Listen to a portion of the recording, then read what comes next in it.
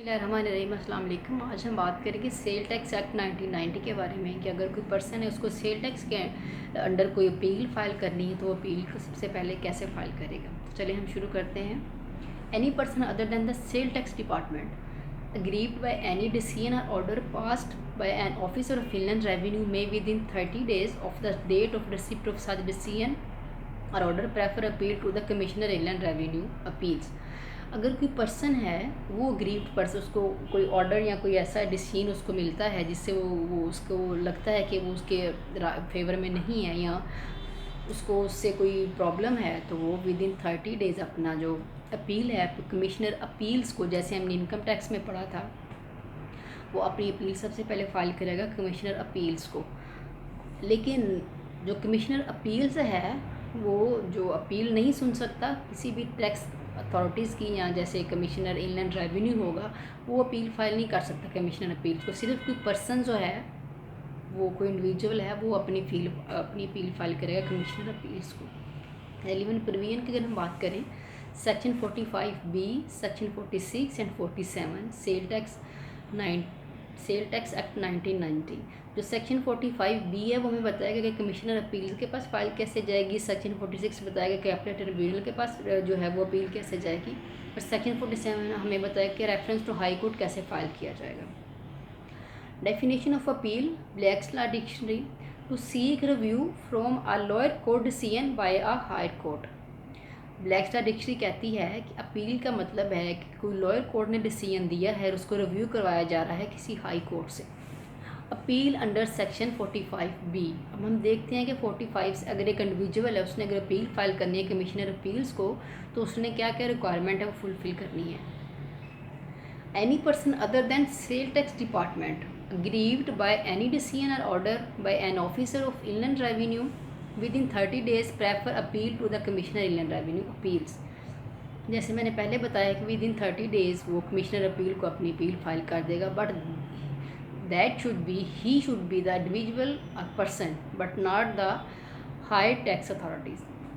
Appeal preferred after the expiry of 30 days. अगर फर्ज करें एक पर्सन है उसने अपील फाइल की है 30 दिन के बाद, तो वो ये जो रिस्ट्रिक्शन है कमिश्नर अपील की कि उसकी अपील को इंटरटेन करता है, उसको सुनता है या उसको जो है वो डिसमिस कर देता है। अगर वो कोई सफिशिएंट काज बताएगा कि किसी वजह से इस वजह से उसकी वो डिले हो गया अपील फाइल करने में, तो कमिश्नर अपील है मोस्टली जो है वो प्रोबेबली उसकी जो अपील है उसको परस्यू करते हैं।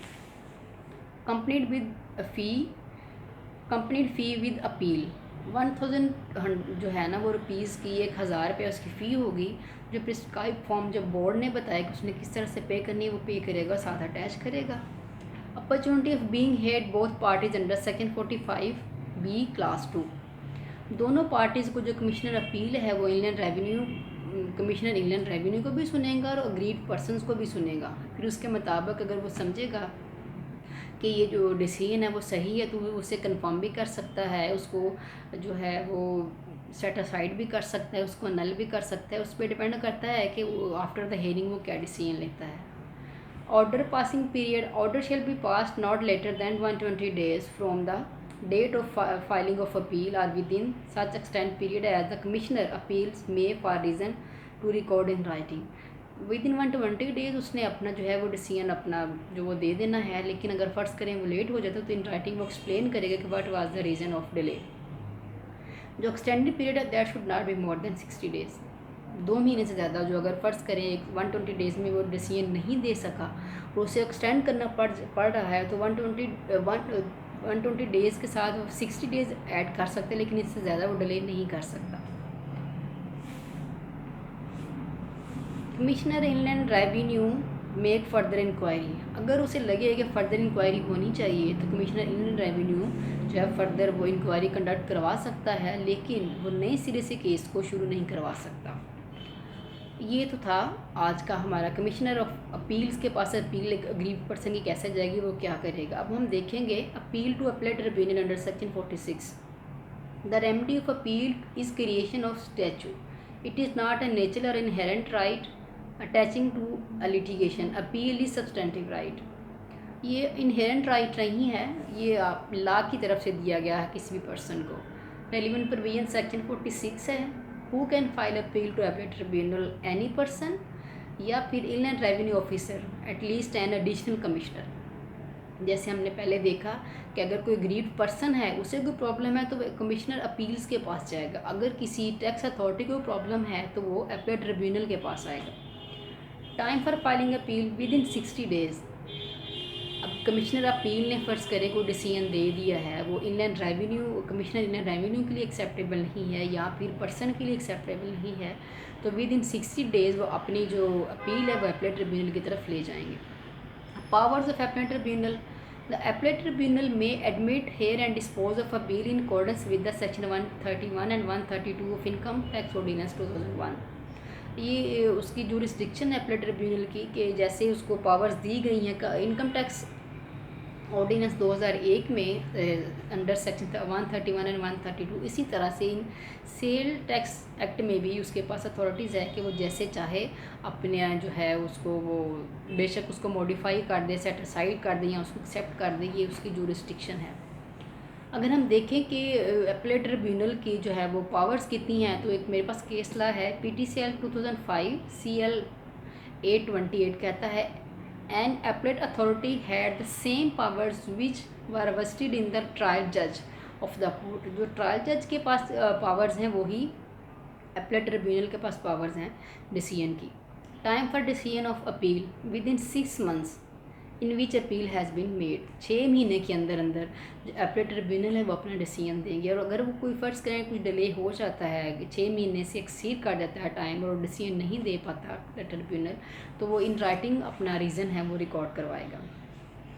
अब हम बात करते हैं रेफरेंस टू हाई कोर्ट की। अब फ़र्ज़ करें एपीलेट ट्रिब्यूनल का भी डिसीजन आ गया, लेकिन वो अग्रीव्ड पर्सन है वो जो जिसने अपील फाइल की थी उसके लिए वो भी अभी भी एक्सेप्टेबल नहीं है, या फिर जो टैक्स अथॉरिटीज़ उनके लिए एक्सेप्टेबल नहीं है, तो उनके पास ऑप्शंस हैं कि वो अपना रेफरेंस है वो हाई कोर्ट को जो है वो फाइल कर दें। लेकिन इसके ऊपर हाई कोर्ट की तरफ जाने के लिए कोई जो प्रॉब्लम है वो क्वेश्चन ऑफ लॉ का होना चाहिए, ना कि क्वेश्चन ऑफ फैक्ट का होना चाहिए।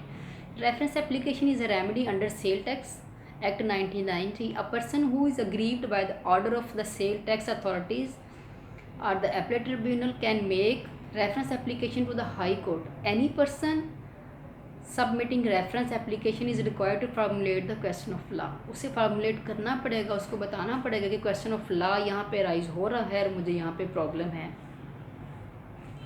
अब हम देखते हैं what is the meaning of reference. The sending or directing to another for information, service, consideration और decision। ये ब्लैक्स लॉ डिक्शनरी कहती है कि रेफरेंस का मतलब है किसी भी पर्सन को कोई चीज़ सेंड करना, कोई डॉक्यूमेंट है या उसको कोई चीज़ है उसको डायरेक्ट करनी है ताकि वो उसको देखे, उसको कंसिडर करे या फिर उसका डिसीजन करे। Relevant provision section 47 sales tax act 1990। Who can make reference any aggrieved person या any officer of Inland Revenue। Reference to High Court under section 47। Time limitation of filing appeal in High Court within 90 days of the communication of the order of appellate tribunal। Within 90 days जो appellate tribunal का decision होगा उसके 90 days के दौरान जो है वो अपना रेफरेंस हाई कोर्ट को फाइल कर सकते हैं। आइदर वो अग्रीव्ड पर्सन है या फिर वो कोई भी ऑफिसर है इनलैंड रेवेन्यू का।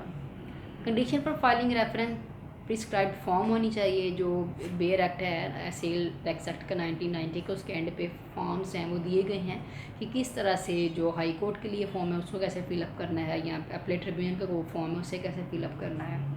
Statement of facts standing any question of law arising out of such order should be also filed. Appellate tribunal ने जो डिसीजन दी है उसमें कोई क्वेश्चन ऑफ लॉ राइज हो रहा है वो भी उसको साथ उसने अटैच करना है। Satisfaction of the high court. अब हाई कोर्ट जब देखेगी उस एप्लीकेशन को कि वाकई इसमें क्वेश्चन ऑफ लॉ कोई राइज हो रहा है तो तब वो इसको रेफरेंस को आगे परस्यू करेगी। Hearing of reference by the high court. अब बेंच कंसिस्टिंग ऑफ एटलीस्ट 2 जजेस of high court shall hear the reference to the high court. जो रेफरेंस हाई कोर्ट को फाइल किया गया है वो 2 जजेस कम उसको सुनेंगे, फिर उसके बाद जो भी वो डिसाइड करेंगे। अब फ़र्ज़ करें जजमेंट ऑफ हाई कोर्ट जो आती है वो उसमें जो प्रॉब्लम होगा क्वेश्चन ऑफ लॉ जहाँ पे राइज होगा वो जो हाई कोर्ट है उसको मॉडिफाई करके जो है ना उसको वापस सेंड कर देगी एपीलेट ट्रिब्यूनल को। Cost of reference, the cost of any reference to the high court shall be in the description of the court. अब ये कि कितनी अमाउंट का जो है उसमें कितनी अमाउंट का प्रॉब्लम है वो डिपेंड करता है हाई कोर्ट की, वो हाई कोर्ट की जुरिस्डिक्शन है कि वो कितनी कॉस्ट तक का रेफरेंस है उसको परस्यू करेगी, उसको सुनेगी। Payment of tax, the tax shall be payable in accordance with the appeal appellate tribunal order irrespective of the reference has been made to the high court. अगर फर्ज करें एपलेट ट्रिब्यूनल ने कोई tax जो payable है उसको define कर दिया कि इतना पे करना है टैक्स इस पर्सन ने, तो वो पे करना ही करना है भले उसने रेफरेंस हाई कोर्ट में फाइल कर दिया है। पोस्टपोनमेंट ऑफ रिफंड, अब फ़र्ज़ करें अगर एट द एंड ये होता है कि हाई कोर्ट ये कहती है कि इस पर्सन को है इसका जो टैक्स इसने पे किया वो रिफंडेबल है, उसको रिफ़ंड के ऑर्डर कर देती है। With in 30 days of that order जो वो है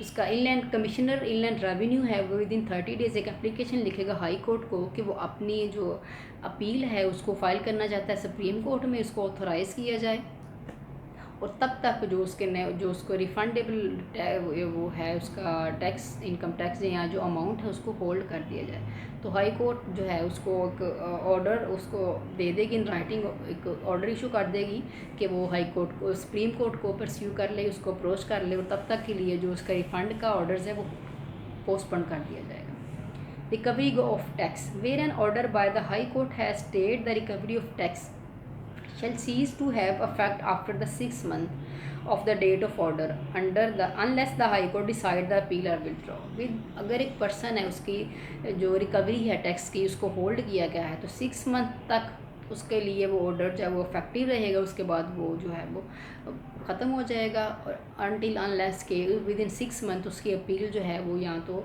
हाई कोर्ट ने सुन ली है या उसको विड्रॉ कर दिया है। Application of section 5 of limitation act, अब कहते हैं कि जो हाई कोर्ट को रेफरेंस फाइल करना है उसको लिमिटेशन एक्ट का जो सेक्शन 5 है उसके लिए एप्लीकेबल है। और सेक्शन 5 ये कहता है कि extension of period in certain cases, यानी फ़र्ज़ करें अगर कोई अपील या कोई एप्लीकेशन है तो अगर वो लेट हो जाती है और कोई पर्सन उसको सफिशिएंट कास्ट दे देता है कि उसकी जो एप्लीकेशन फलां वजह से या इस इशू से डिले हुई है तो उसको एक्सटेंशन मिल सकती है एप्लीकेशन फ़ाइल करने में। प्रिस्क्राइब फ़ी, अगर तो कोई रेफरेंस फाइल कर रहा है कोई गरीब पर्सन तो वो पे करेगा 100 रुपीज़ की फ़ी, और अगर ये टैक्स इनकम टैक्स अथॉरिटीज़ हैं या कोई कमिश्नर एडिशनल कमिश्नर है तो उसके ऊपर एप्लीकेबल नहीं है कि वो फ़ी पे करे। Any reference or appeal filed with the approval of commissioner, अब फ़र्ज़ करें कमिश्नर ने किसी लोअर पोस्ट के पर्सन को मतलब अपने किसी जूनियर को जो है वो इन रिटर्न उसको ऑथराइज कर दिया कि उसके बिहाफ पे वो अपील फ़ाइल कर दे, तो यही समझा जाएगा कि ये जो अपील फ़ाइल की गई है ये कमिश्नर ने खुद फ़ाइल की है। तो आज का हमारा टॉपिक यही था। इंशाल्लाह नेक्स्ट किसी और टॉपिक के साथ मिलेंगे, तब तक के लिए अपना बहुत ख्याल रखिएगा, तब तक के लिए खुदा हाफिज़।